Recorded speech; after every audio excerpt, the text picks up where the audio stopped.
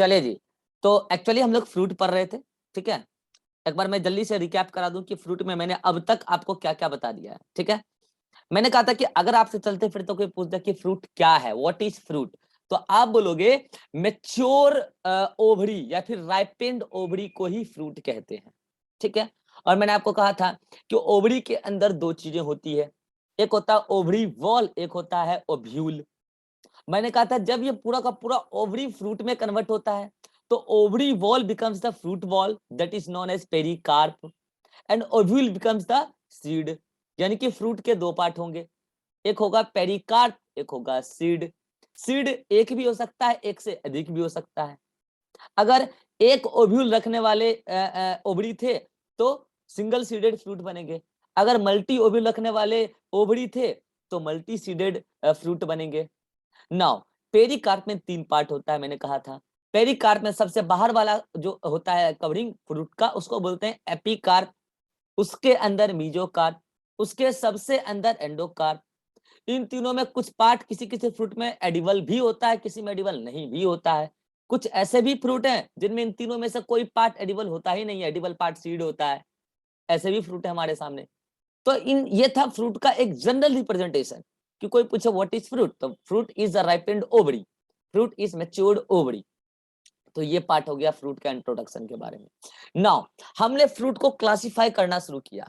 हमने कहा कि फ्रूट तीन प्रकार के हो सकते हैं, एक ट्रू फ्रूट, एक फॉल्स फ्रूट और एक पार्थेनोकार्पिक फ्रूट। हमने कहा कि भाई ये क्राइटेरिया किस बिहाफ पे हमने, किस क्राइटेरिया के बिहाफ पे हमने ये क्लासिफिकेशन किया है। हमने कहा अगर फ्रूट के फॉर्मेशन में ओवरी का केवल और केवल इन्वॉल्वमेंट है, फर्टिलाइज्ड ओवरी फ्रूट बन रही है, तो then fruit is known as true fruit and majority of fruit are true fruit. हमने कहा अगर ड्यूरिंग फर्टिलाइजेशन ओवरी तो पार्टिसिपेट की ही आफ्टर फर्टिलाइजेशन फ्रूट बनाने में, लेकिन कुछ अदर पार्ट भी फ्रूट की फॉर्मेशन में इन्वॉल्व हो गया, लाइक थैलेमस, इनफ्लोरेसेंस, कैलिक्स, पूरा का पूरा, तो ऐसे फ्रूट को हम कहते हैं कि ये फॉल्स फ्रूट है, क्योंकि यहाँ केवल ओवरी इन्वॉल्व नहीं हुआ है। एंड एक फ्रूट ऐसा था जहां पर ओवरी फर्टिलाइज नहीं हुआ, जहां पर फर्टिलाइजेशन हुआ ही नहीं, फिर भी फ्रूट का फॉर्मेशन हो गया, and that process is known as parthenocarpy. और ऐसे फ्रूट को कहते हैं पार्थेनोकार्पिक फ्रूट। इस प्रोसेस को पार्थेनोजेनेसिस भी कहते हैं या पार्थेनोकार्पी भी कहते हैं, एक ही चीज है। नाउ ऐसे फ्रूट को बोलेंगे क्या, पार्थेनोकार्पिक फ्रूट। और मैंने ये भी कहा था जिस फ्रूट में सीड ही एडिबल पार्ट है वहां पर पार्थेनोकार्पी करा के या पार्थेनोजेनेसिस करा के ये नॉनसेंस काम होगा, समझ रहे हो। तो ये बात मैंने आपको समझाया था। और मैंने ये भी कहा था कि आर्टिफिशियल पार्थेनोकार्पी इंड्यूस करता है oxygen, sorry naturally parthenocarpy induce करता है ऑक्सीन, लेकिन आप आर्टिफिशियली भी ऑक्सीजन डाल के कर सकते हो। लेकिन एक फ्रूट का पूरा ग्रुप है जिसको बोलते हैं पोम, आज बताएंगे, पोम एप्पल वगैरह आता है उसमें। इस वाले पोम ग्रुप में आप पार्थेनोकार्पी इंड्यूस करते हो जिब्रेलिन से, नॉट ऑक्सीजन से। तो ये बातें थी types of fruit on the basis of involvement of structure of ovary in the fruit formation. तीन टाइप के fruit, true fruit, false fruit and parthenocarpy. अच्छा, फॉल्स फ्रूट को हम लोग सूडोकार्प भी कहते हैं, ठीक है। नाउ फिर हमने फ्रूट का क्लासिफिकेशन किया। मैंने बोला कि फ्रूट अलग अलग तीन प्रकार के हो सकते हैं, किस भी आप पे कि किस टाइप की ओवरी से फ्रूट बनता है। ये बात सच है कि ओवरी से फ्रूट बनता है, ट्रू फ्रूट ओवरी से ही बनता है, और फॉल्स फ्रूट ओवरी के अलावा कुछ अदर पार्ट भी एसोसिएट हो जाते हैं। किस टाइप का ओवरी है, इस बिहाफ पे फ्रूट तीन प्रकार का, एक था सिंपल फ्रूट, याद कीजिए, एक था एग्रीगेट फ्रूट जिसको इटेरियो भी कहते थे, एग्रीगेट। और एक बताओगे अतीक, एक सिंपल, एक एग्रीगेट, और एक कौन था, कंपोजिट फ्रूट। कंपोजिट। कंपो का मतलब बताओ, कंपोजिट मतलब होल होता है। इन तीनों में क्या अंतर था कि सिंपल फ्रूट उसके अंदर या तो मोनोकार्पेलरी ओवरी या नहीं तो पॉलीकार्पेलरी यानी कि मल्टी कार्पेलरी सीन कार्पल, जो कि फ्यूज होकर एक ही हो जाएगा। अगर ऐसी ओवरी से फ्रूट बने तो उसको बोलते थे सिंपल फ्रूट। और जहां पर मल्टी कार्पेलरी एपोकार्पस ओवरी हो तो वहां पे छोटे छोटे कई सारे फ्रूट बनेंगे, उसको बोलते थे फ्रूटलेट्स। फ्रूटलेट्स, ठीक है। और वो सब फ्यूज हो जाते थे, मतलब फ्यूज नहीं क्या होते थे, एक जगह गुच्छा के फॉर्म में दिखते थे, मल्टी कार्पेलरी एपोकार्पस फ्रूट, ठीक है। और एक था कंपोजिट, वहां पे तो होल इनफ्लोरेसेंस ही फ्रूट बन जाता। और सबसे पहले मैंने आपको उसी का एग्जाम्पल बता दिया था, कंपोजिट का। दो टाइप के होते हैं, बता पाओगे रिवा दो टाइप का कौन कौन? कंपोजिट, बड़ा इंपॉर्टेंट था वो। साइकोनस और सिरोसिस। कौन कौन? साइकोनस और सिरोसिस। सिरोसस, सोरोसिस और साइकोनस। सिरोसिस। हाँ। सिरोसिस और साइकोनस, प्रोनाउंसिएशन सही करो, ठीक है। सिरोसिस और साइकोनस। अच्छा, इन दोनों में अंतर क्या था? हमने कहा था हाई फाई साइज से याद रखोगे, जहां पर हाइपेंथोडियम इन्फ्लोरेसेंस पूरा का पूरा इन्फ्लोरेसेंस फ्रूट बना दे, तो उसको बोलोगे, उस फ्रूट को बोलोगे आप साइकोनस। एग्जांपल फाइकस, फाइकस में सब आ गए, फीग आ गया, पिपल आ गया, बनियन आ गया। इकोलॉजी के लिए भी एग्जांपल बताए थे, इंपॉर्टेंट है, इन्फ्लोरेसेंस के टाइम में बता दिए थे। अच्छा, साइकोनस तो होल इन्फ्लोरेसेंस के फ्रूट को हमने बोला साइकोनस, लेकिन उसके अंदर छोटे छोटे से भी फ्रूट बनते हैं, सिंगल सिंगल रूट फ्रूट, उसको क्या बोलते हैं अतीक? अकीन। अकीन, उसको अकीन कहते हैं, ठीक है। और अकीन होता है reward for pollinator insect. Fig tree में वास्प इंसेक्ट उसका पॉलिनेशन करती है, उसके लिए रिवार्ड होता है, वो उसके एम्ब्रियो को मिलता है न्यूट्रिशन उससे, ठीक है। ये बताया था हमने साइकोनस। नाउ नेक्स्ट मैंने बताया था सोरोसिस। मैंने कहा हाइपेंथोडिया के अलावा कोई भी एस्पेडिक्स हो, कैटकीन हो, कोई भी इन्फ्लोरेसेंस अगर होल इन्फ्लोरेसेंस फ्रूट बनाए, तो वो एग्जांपल किसका होगा? सोरोसिस का। एग्जांपल मैंने बताया था मलबरी, शहतूत, याद आ रहा होगा आपको। अच्छा, मैंने इसमें जैक फ्रूट भी बताया था, कटहल। आपको मैंने एक जनरल नॉलेज का क्वेश्चन भी बताया था कि जैक फ्रूट सबसे बड़ा फ्रूट होता है, कटहल, याद आया? तो ये सब मैंने आपको कंपोजिट फ्रूट में बताया था। तो यानी कि मेरे फ्रूट के तीन टाइप्स थे, सिंपल फ्रूट, एग्रीगेट फ्रूट और कंपोजिट फ्रूट। कंपोजिट फ्रूट मैंने आपको पढ़ा दिया था, आज मुझे पढ़ाना है आपको सिंपल फ्रूट। चलिए बढ़ते हैं आगे। यहां तक मैंने इसलिए आपको रिकैप करा दिया फ्रूट के बारे में, क्योंकि 7 दिन का लगातार गैप हो गया क्लासेस में, तो अभी मैं रिकैप करा के आगे बढ़ रहा हूँ। बाकी पिछला टॉपिक उम्मीद करते हैं कि आपने रिवाइज किया होगा और टेस्ट में अच्छा परफॉर्म करेंगे। रिवाइज कौन किया है नहीं किया वो तो टेस्ट में ही पता चल जाएगा। चैप्टर समाप्त होते ही टेस्ट ले लेंगे मोर्फोलॉजी का, कुछ बच्चे रिकॉर्डेड भी देख रहे हैं, उन सबको मिला के लेंगे इसमें, बाकी पता चल जाएगा कौन कितना रिवाइज किया है, ठीक है। आपको 7 दिन मैंने दिया था, यूं ही बर्बाद करने नहीं दिया था। अगर आपने रिवाइज किया है नहीं किया, अभी भी आपके पास वक्त है, अभी 3-4 दिन लगेगा इस चैप्टर को समाप्त होने में, उसके बाद टेस्ट होगा, ठीक है।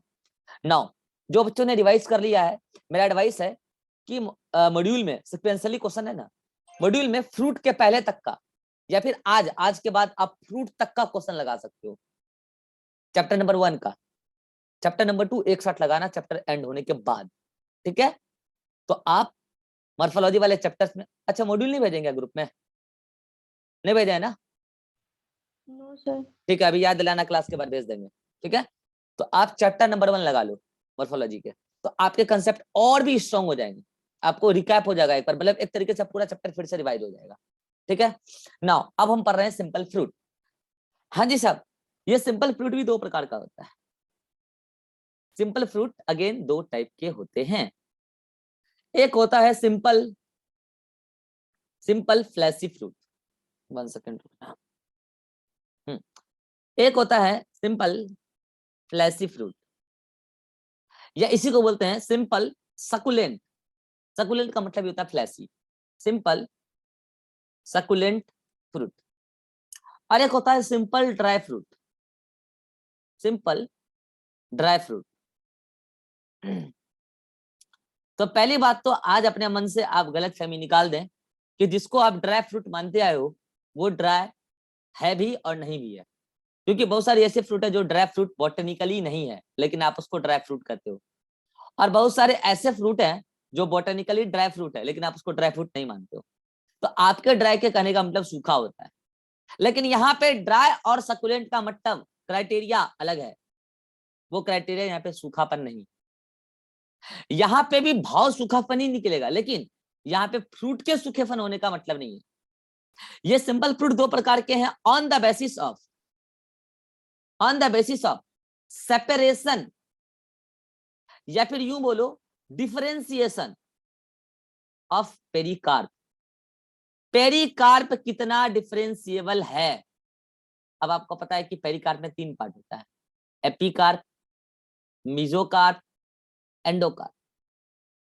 बहुत सारे ऐसे फ्रूट होते हैं जहां पर आप एपिकार्प, मीजोकार्प, एंडोकार्प को अच्छे तरीके से सेपरेट कर दोगे। एग्जांपल बताते हैं, आम, वो जो हरा वाला छिलका या फिर पीला वाला छिलका आप हटाते हो वो एपिकार्प, जो आप खाते हो गुद्दा वो मीजोकार्प है, और जो गुठली है वो एंडोकार्प है। बताओ तीनों पार्ट सेपरेबल है कि नहीं है? क्लियर कट सेपरेबल है। सूखेपन और गीलेपन से मतलब नहीं है यहाँ पे, ठीक है। वो अलग बात है कि जहां सिंपल फ्लैशी फ्रूट है वहां पे मोस्टली टाइम या तो एपिकार्प या तो मीजोकार्प और कई बार एंडोकार्प फ्लैशी होता है। लेकिन यहाँ पे फ्लैशी का मतलब यह है कि वो इस तरीके का पेरिकार्प है कि एटलीस्ट एक, या तो एपी या तो मीजो या तो एंडो, एटलीस्ट एक तो फ्लैशी जरूर हो जाएगा, और सेपरेबल होगा। तीनों लेयर को आप इजीली सेपरेट कर सकते हो, छिल छिल के अलग कर सकते हो, सेपरेबल है तो कहलाता है सिंपल फ्लैशी फ्रूट। लेकिन जो सिंपल ड्राई फ्रूट, अच्छा सिंपल क्यों बोला? अच्छा बताओ सिंपल क्यों बोला? अतिक बोलोगे क्या? सिंपल क्यों बोला? सिंपल क्यों बोला? मतलब वो वैसे ही बन रहा है, फर्टिलाइज्ड। नहीं, मेरा ये नया ईयरफोन लाया है यार, आवाज गूंज क्यों रहा है? हाँ बोलो तो फिर से, सिंपल क्यों बोला? क्योंकि मोनोकार्पिलरी है। हाँ, मोनोकार्पेलरी या फिर मल्टीकार्पेलरी सिनकार्पस, इसलिए बोला सिंपल, सिनकार्पस। ठीक है। और फ्लैशी यहाँ पे क्यों बोला? क्योंकि यहाँ पे पेरिकार्प के एपी और मीजो और एंडो सेपरेबल है, और फ्लैशी वो एटलीस्ट एक पार्ट फ्लैशी है, या तीनों के भी फ्लैशी होते हैं कई सारे फ्रूट में। और सिंपल ड्राई, ड्राई का मतलब क्या है कि यहाँ पे तीनों में से कोई पार्ट सेपरेबल नहीं है, तीनों में से कोई पार्ट सेपरेबल नहीं है, दैट मींस वो फ्यूज्ड है, तो वहां पे पेरिकार्प सेपरेबल नहीं है, एक तरीके से ड्राई है, यूं बोलो ड्राई है तभी तो सेपरेबल नहीं है, तो उसको आप बोल रहे हो बोटेनिकली ड्राई फ्रूट। क्लियर? नाउ अब हमें इस सिंपल फ्लैशी फ्रूट के अलग अलग टाइप्स पढ़ने हैं, और सिंपल ड्राई फ्रूट के अलग अलग टाइप पढ़ने हैं। आज हम पढ़ेंगे सिंपल फ्लैशी फ्रूट के 7 टाइप्स। और मैं आपको बता दूं बच्चों, एनसीईआरटी में केवल एक ही टाइप दे रखा है फ्रूट का, और मैंने आपको पहले भी बोला है कि फ्रूट एक ऐसा टॉपिक है मॉर्फोलॉजी का जिसमें क्वेश्चन आउट ऑफ एनसीईआरटी आती है और आएगी। और आमतौर पे आपको पता भी होना चाहिए यार, आप दिन रात फ्रूट फ्रूट खाते रहते हो, आपको पता भी होना चाहिए। कल को चलते फिरते कोई पूछ देगा आपसे, बताओ ये आम खा रहे हो, क्या पार्ट क्या खा रहे हो, उसमें पता होना चाहिए ना आपको जी, बोटनी के स्टूडेंट हो तो इसके 7 टाइप्स हम आपको बता रहे हैं, सिंपल फ्लैशी फ्रूट के 7 टाइप्स आपको हम बता रहे हैं, ठीक है। 7 टाइप्स, 1 2 3 4 5 6 एंड 7। तो आपको पहले तो इन 7 टाइप्स के नाम पता होना चाहिए, नाम पता होगा तभी तो आप उसके टाइप्स को अच्छे से समझ पाओगे और उसके एग्जाम्पल को आप याद कर पाओगे। जो फर्स्ट टाइप है उसको हम लोग बोलते हैं ड्रूप। ड्रूप, अरे ड्रूप सिंपल फ्लैशी फ्रूट के एक कैटेगरी का नाम है, जो कोई फ्रूट नहीं है कि ये लो ये फ्रूट मैंने दे दिया, ये नहीं है। ड्रूप एक कैटेगरी है, सिंपल फ्लैशी फ्रूट की एक कैटेगरी है। अब ये कैटेगरी किस बिहाफ पे बनी है वो तो अभी मैं आपको बताऊंगा ही सही, पहले नाम तो याद करो। एक है ड्रूप, एक है बैरी, बैरी बैरी फ्रूट, एक है पेपो, पेपो, एक है पोम, नाम आपको याद करने पड़ेंगे लिख लिख के। एक है हेस्पेरिडियम, हेस्पेरिडियम, ठीक है, हेस्पेरिडियम। एक है एम्फीसराका, एक कोई छूट गया, रुक जाओ। ड्रूप, बैरी, पेपो, पोम, हेस्पेरिडियम, एक है एम्फी शार्का, एम्फी सार्का, एक कोई और छूट गया, रुक जाओ। हाँ, ब्लाउस्टा, ब्लाउस्टा, ठीक है। अब समझो, आप तो पहले बात नाम इनको लिख लिख के याद करोगे, वो तो आप कर लोगे, लेकिन आखिर इन सब में अंतर क्या, एग्जाम्पल भी आप याद कर लोगे, समझ में आ जाएगा, लेकिन इन सारे में अंतर क्या है, कुछ अंतर होगा तभी तो अलग अलग कैटेगरी हमने बताया। Drupe, berry, pepo, pome, hesperidium, balausta, amphisarca. Now first one है क्या, ड्रूप। देखो मैंने आपको क्या कहा कि सिंपल है तो ये कंफर्म है कि मोनोकार्पेलरी ओवरी से बना होगा या मल्टी कार्पेलरी सिनकार्पस से बना होगा। तो पहली बात तो आपको इन सातों में ये याद नहीं रखना है कि कौन मोनोकार्पेलरी से बना है और कौन मल्टी कार्पेलरी सिनकार्पस से बना है, इससे क्वेश्चन नहीं पूछे जाते हैं। वो अलग बात है कि मैंने नोट्स में लिख दिया है लेकिन पूछे नहीं जाते क्वेश्चन। क्वेश्चन इसके एग्जाम्पल से आता है या नहीं, तो वेरी इंपॉर्टेंट, क्वेश्चन इसके एडिबल पार्ट से आता है, और क्वेश्चन यहीं से आता है, एडिबल पार्ट से। क्वेश्चन एडिबल पार्ट से आता है कि ड्रूप के एडिबल पार्ट कौन है, बेरी के एडिबल पार्ट कौन है, पेपो के एडिबल पार्ट कौन है, पोम के कौन है, एस्पेरिडियम के कौन है, ब्लास्टा के कौन है, एम्फिसार्का के कौन है, या नहीं तो एग्जाम्पल आएगा। तो चलिए हम एक एक करके देखते हैं। फर्स्ट वन हमारे पास ड्रूप, मैं आपको समझा रहा हूं, लिखूंगा कुछ नहीं, समझने की बातें हैं, लिख कर टाइम पास होगा, हम आपको नोट्स में अंडरलाइन कर देंगे लास्ट में, समझिए ध्यान से। मैं आपको विजुलाइज कराना चाहता हूं, मैं आपको बोलूंगा और आप फल को याद करेंगे, ठीक है, क्योंकि मेरे पास भाई सारे फल मैं कहां से लाऊंगा, गरीब आदमी हूं, ठीक है, सारे फल ला सकता हूँ यहाँ पे खरीद के पढ़ाने के लिए, संभव है नहीं है ना, ठीक है, इसलिए इमेजिन करना है कि आप सेब खा रहे हो, आप आम खा रहे हो, ठीक है, इमेजिन करना है। Now first one drupe. मैं ड्रूप में सबसे पहले आपके सामने एग्जांपल लिखता हूं ताकि आप डायरेक्ट एग्जांपल के जरिए समझ पाए इसको। Mango, mango and coconut, mango and coconut, चलिए समझिए। इसमें जो एपीकार्प, मीजोकार्प और एंडोकार्प है, इनको समझना है, और यही ड्रूप ही केवल एनसीईआरटी में अच्छे से दे रखा है, इवेंट डायग्राम भी दे रखा है, ठीक है। Drupe is a type of simple fleshy fruit या सिंपल सकुलेंट फ्रूट। तो सिंपल है तो मन में आ रहा होगा सर मोनोकार्पेलरी या मल्टीकार्पेलरी सिनकार्पस, दोनों में से कुछ भी हो सकता है, दोनों में से कुछ भी हो सकता है, या तो मोनोकार्पेलरी तो दोनों में से किसी से भी बन सकता है। और पहली बात तो ये चीज कोई पूछता भी नहीं। तो यहाँ पे पूछने वाली बात क्या है, चलो पहले आम का बताते हैं तब बताएंगे कोकोनट का। एपीकार्प आम में क्या है, आम जब आप कच्चा रहता है तो उस टाइम एपीकार्प ग्रीन ग्रीन होता है, एकदम ग्रीनिश, थोड़ा सा हार्ड भी होता है, ठीक है, क्योंकि उस टाइम उसके जो सेल्स के बीच में जो लेयर्स होते हैं ना, मिडिल लेमिला, वो काफी टफ होती है, मिडिल लेमिला गली हुई नहीं होती है, सेल वॉल के बीच में होती है, और आफ्टर राइपनिंग जो है मिडिल लेमिला के जो लेयरिंग होते हैं वो गल जाते हैं पैक्टिनेज एंजाइम के फॉर्मेशन से, तो फ्रूट थोड़ा ये हो जाता है सॉफ्ट, ठीक है। तो वो जो ग्रीन पार्ट है वो क्या है, वो है आपका एपिकार्प। स्टार्टिंग में ग्रीन होता है, क्लोरोफिल अच्छा खासा होता है क्लोरोप्लास्ट के अंदर, बाद में वो क्लोरोफिल कन्वर्ट हो जाता है क्रोमोफिल में, तो या तो येलो या तो रेड कलर का वो बन जाता है, ठीक है। कई सारे मैंगो में पिंक कलर भी दिखता है, वैरायटी पे डिपेंड करता है।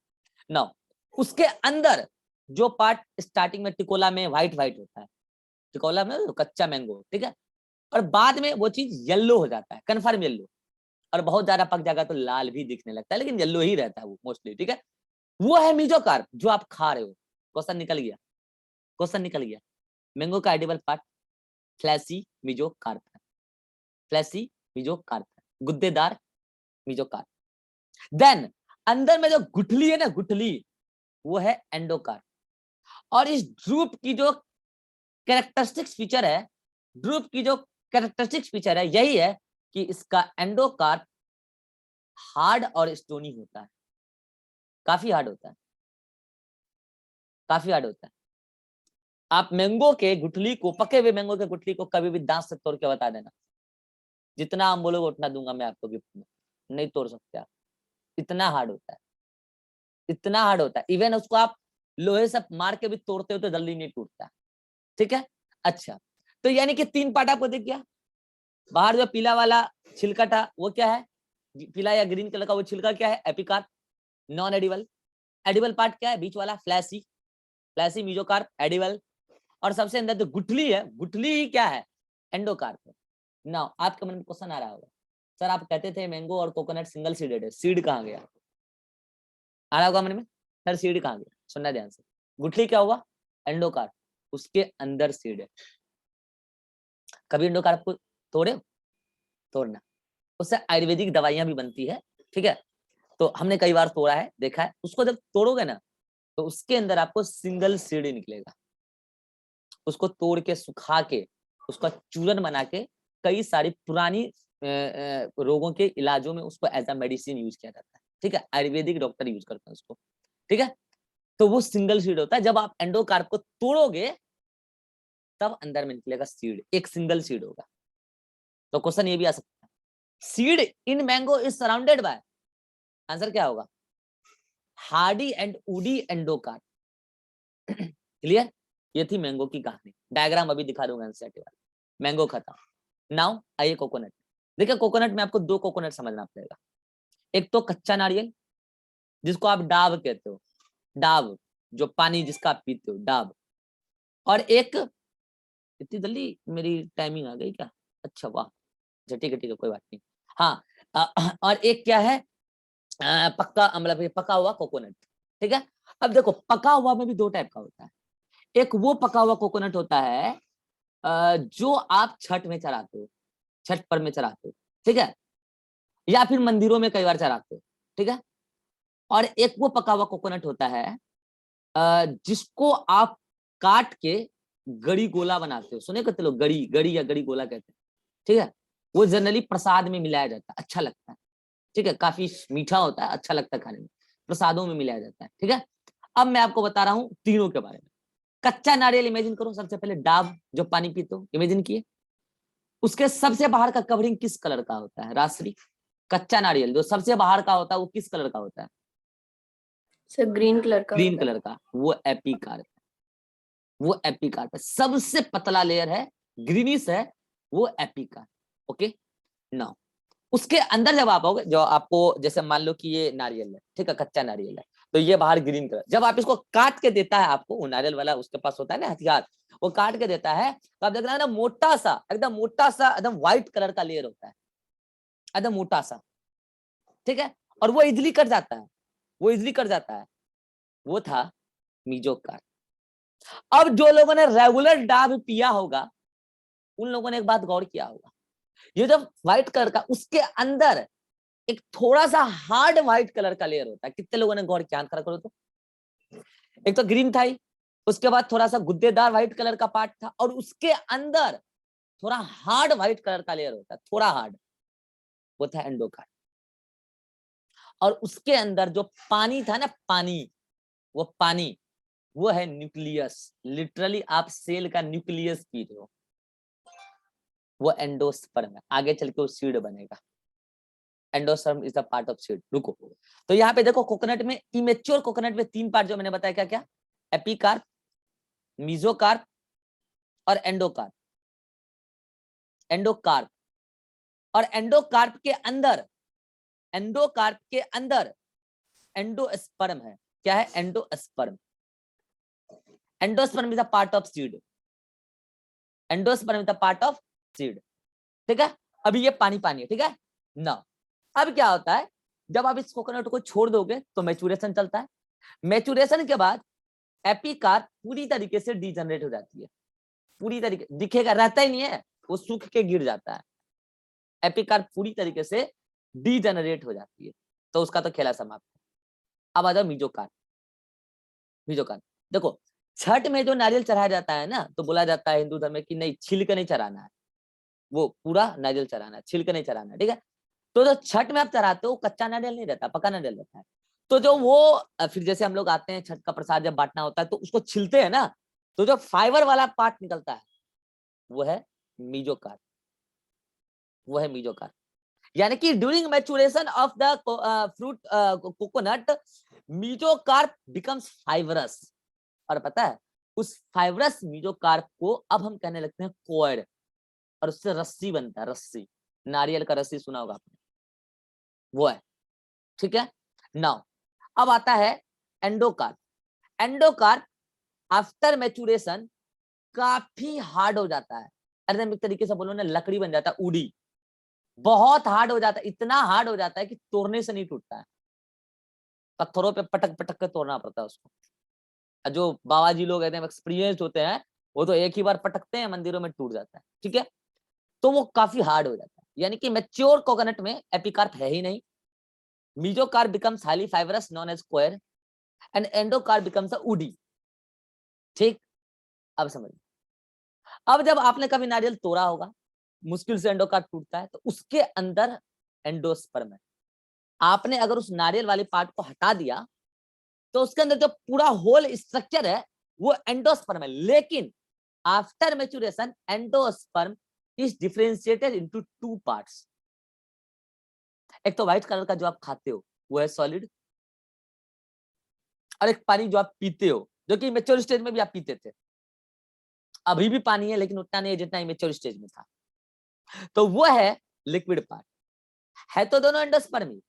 नाउ क्वेश्चन इज दैट इसमें से कौन सेलुलर एंडोस्पर्म है और इसमें से कौन न्यूक्लियर एंडोस्पर्म है?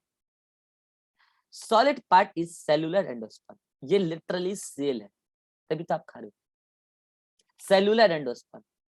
And liquid part is free nuclear endosperm. अच्छा, इसको फ्री न्यूक्लियर एंडोस्पर्म क्यों बोला?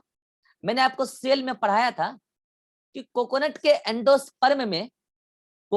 एंडोस्पर्म में कई बार जो अंदर वाले पार्ट है उसमें क्या होता है, कई बार मतलब कि लगातार कैरियोकाइनेसिस होता जा रहा है लेकिन साइटोकाइनेसिस नहीं होता है। जब बहुत सारे कैरियोकाइनेसिस होके बहुत सारे न्यूक्लियस बन जाएंगे, लास्ट में एक साथ क्या हो जाएगा, साइटोकाइनेसिस, और तब वो सारा पानी खत्म हो जाएगा, क्योंकि वो पानी एक्चुअली में न्यूक्लियस है। और आपको पता है न्यूक्लियस का पूरा कंटेंट लिक्विड होता है। अरे सेल मेम्ब्रेन वगैरह बने तब ना जाके थोड़ा हार्ड पार्ट होगा, तो वो तो कौन है, सॉलिड पार्ट जो आप खाते हो। और ये नाम बड़ा इंपॉर्टेंट है। इस सॉलिड पार्ट यानी कि सेलुलर एंडोस्पर्म को हम लोग बोलते हैं व्हाइट कर्नल। व्हाइट कलर का होता है, क्या बोलते हैं, व्हाइट कर्नल, या इसी को बोलते हैं कोपरा। क्या बोलते हैं इसको, कोपरा। और ये है free nuclear endosperm. Free nuclear endosperm. अरे क्या हो गया, एक मिनट, क्या आ गया यार, आपको दिख रहा है क्या?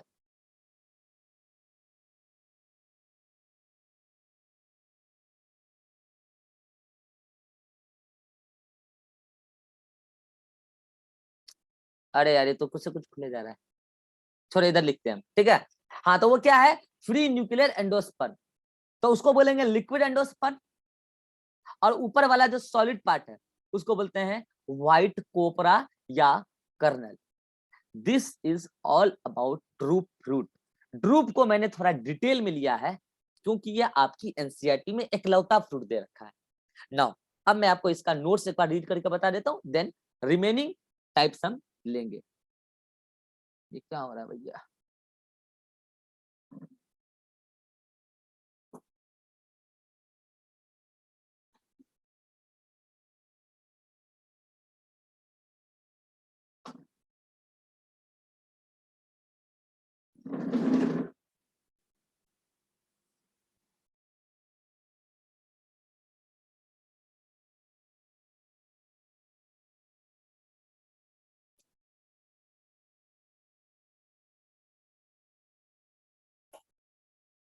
आ गया? तो देखो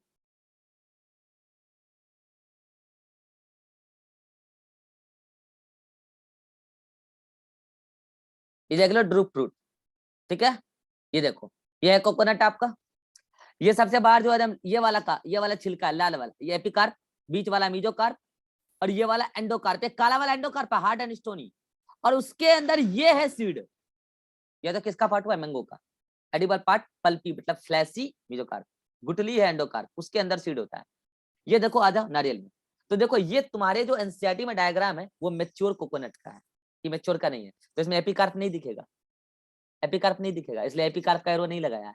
और ये वाला जो पार्ट है जो फाइबर है, देख रहे हो, वो मीजोकार्प, और ये जो हार्ड पार्ट है ये वाला एंडोकार्प, और उसके अंदर ये सीड है। और सीड का दो पार्ट होता है, एक तो क्या होता है, एक फ्री न्यूक्लियर एंडोस्पर्म जिसको आप कोकोनट मिल्क भी कह सकते हो, पानी, और एक होता है व्हाइट कर्नल या कोपरा, ठीक है। और नारियल के बारे में मैंने अगले पेज पे और भी थोड़ा डिटेल में लिख दिया, यहाँ पे देखो सारा बात मैंने लिख दिया, आप तब तक यहाँ तक पूरा पढ़ लो। अच्छा, फ्री न्यूक्लियर एंडोस्पर्म में क्या होता है, साइटोकाइनेसिस होते रहता है, कैरियोकाइनेसिस नहीं होता, मतलब साइटोकाइनेसिस नॉट फॉलोड बाय, अरे उल्टा बोल दिया मैंने, karyokinesis is not followed by cytokinesis, यानी कि cytokinesis takes place at last after many cytokinesis. अरे यार यहाँ मुझे लिखना था आफ्टर मेनी कैरियोकाइनेसिस, सही कर दूंगा, रुक जाओ, आफ्टर मेनी कैरियोकाइनेसिस, ठीक है। और जबकि सेलुलर एंडोस्पर्म में ऐसा नहीं है, every karyokinesis is followed by cytokinesis. तो ये व्हाइट कर्नल और कॉपरा, ये नॉर्मल सेल है और ये थोड़ा स्पेशल सेल है, ठीक है। तो ये पार्ट हुआ आपका ड्रूप फ्रूट। चलो यहाँ तक पढ़ लो जल्दी से, जो डाउट होगा अगले मीटिंग में लेना, फिर हम अगले मीटिंग में रिमेनिंग फ्रूट लेते हैं।